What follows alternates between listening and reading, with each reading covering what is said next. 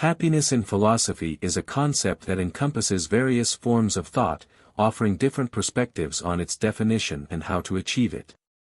Today, we will explore happiness according to different philosophers and compare it with important concepts like hedonism, Stoicism, Aristotelian eudaimonism, and utilitarianism, which are connected to understanding this theme.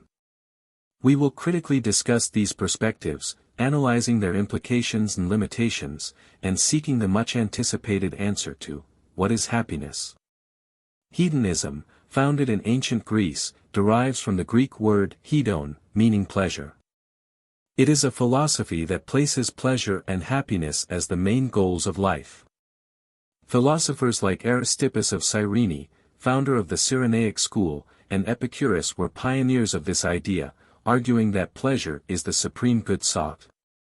Although often associated with hedonism, Epicureanism, founded by Epicurus, proposes a more sophisticated and modern form of hedonism. For him, the pursuit of pleasure should not be uncontrolled. He differentiated between static pleasures, absence of pain and suffering, and kinetic pleasures, active and intense pleasures. True happiness, according to Epicurus, comes from ataraxia, tranquility of the mind, and eudaimonia, absence of physical pain. There are three types of hedonism: psychological hedonism, ethical hedonism, and quantitative and qualitative hedonism. Psychological hedonism asserts that humans are naturally motivated to seek pleasure and avoid pain. Ethical hedonism proposes that the pursuit of pleasure and avoidance of pain should be the guiding principles of moral action.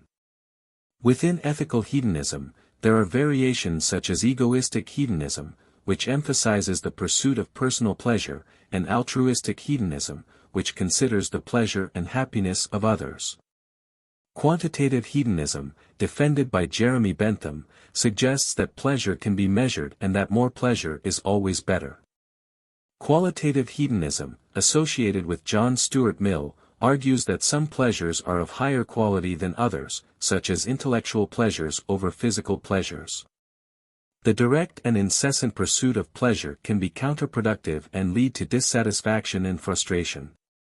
Many critics, like the Stoics and Kantians, argue that happiness should not be the only goal in life and that virtue and moral duty have intrinsic value independent of pleasure. There are criticisms that hedonism can lead to a superficial life focused only on immediate and material pleasures, neglecting deeper and more meaningful pleasures. Additionally, momentary pleasures do not always result in lasting happiness, and dependence on external pleasures can make happiness vulnerable to circumstances beyond our control. Stoicism, founded by Zeno of Citium in ancient Greece around 300 BC in Athens, proposes a different view of happiness, focusing on virtue and resilience in the face of adversity. The Stoics believe that happiness, or eudaimonia, is achieved by living in accordance with nature and developing wisdom, courage, justice, and temperance. For the Stoics, happiness depends on our attitude and internal control, not external circumstances. Stoicism gained great influence in Rome through figures like Seneca, Epictetus, and the Emperor Marcus Aurelius. These thinkers adapted and popularized Stoicism, emphasizing the practical applicability of philosophy in daily life, reinterpreting its importance. For the Stoics, virtue, arete, is the supreme good and sufficient for happiness. The cited virtues include wisdom, courage, justice, and temperance. The Stoics distinguish between things that are under our control, our actions and attitudes, and things that are not, external circumstances like wealth, health, and daily adversities. The key to tranquility is focusing on what we can control and accepting with serenity what we cannot. The Stoics promote a form of apathy, which is not the absence of feelings but the absence of uncontrolled and destructive passions. Instead of being dominated by emotions like anger, fear, or desire, the Stoic seeks to maintain inner peace and equanimity. Stoicism has influenced many thinkers throughout history, including Christian and Renaissance philosophers.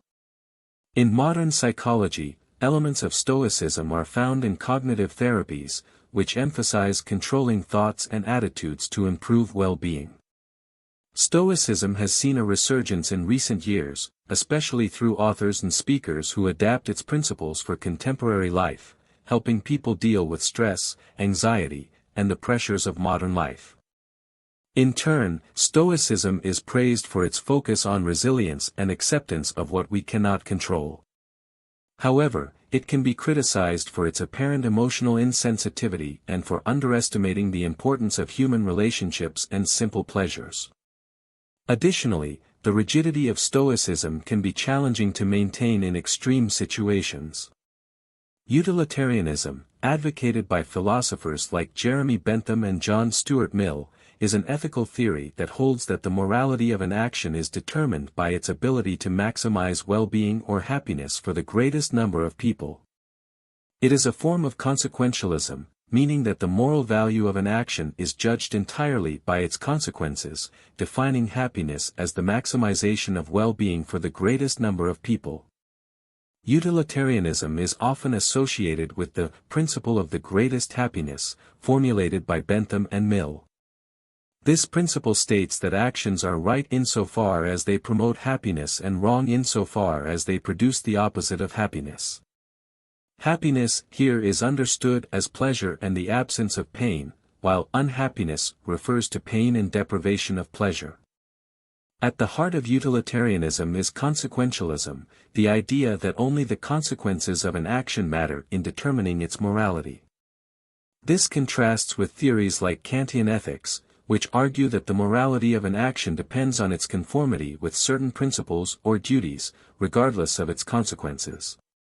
Utilitarianism requires impartially considering the well-being of everyone affected by the action.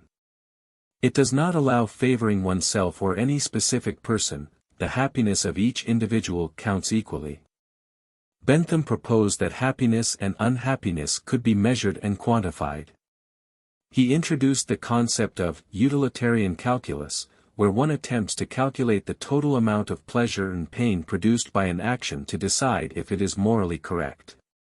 This includes considering factors like intensity, duration, certainty, and proximity of pleasure or pain. There are two main variants of utilitarianism: act utilitarianism and rule utilitarianism. Act utilitarianism evaluates each individual action based on the amount of happiness or well-being it produces. An action is correct if and only if it maximizes total happiness compared to other possible actions. Rule utilitarianism evaluates the morality of actions based on general rules that, if followed by everyone, would lead to the greatest amount of happiness. Actions are correct if they follow these rules, which in turn maximize happiness. Utilitarianism faces several criticisms and challenges. It is difficult to quantify and compare the happiness or well-being of different people accurately. Often, it is impossible to predict all the consequences of an action precisely, complicating the practical application of utilitarianism. It can justify actions that seem morally wrong if they result in greater overall well-being, such as sacrificing the rights of a minority to benefit the majority. Now, I leave the following reflections. Does happiness depend on individual perceptions and experiences, or are there objective criteria that define a happy life? Is the pursuit of happiness an ultimate goal in itself, or is it a means to achieve other ends, such as personal fulfillment or social contribution? What is the importance of emotions and interpersonal relationships in the pursuit of happiness? Are positive emotions a reliable indicator of happiness?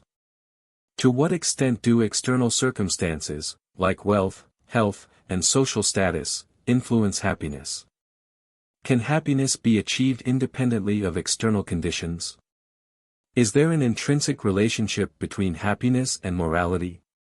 Is being virtuous and acting morally essential to being happy? This was today's reflection. If you liked and understood the concepts, like the video and share it with your fellow philosophers. Keep philosophizing. We'll see you in the next video, and remember, it's not enough to acquire wisdom, one must use it.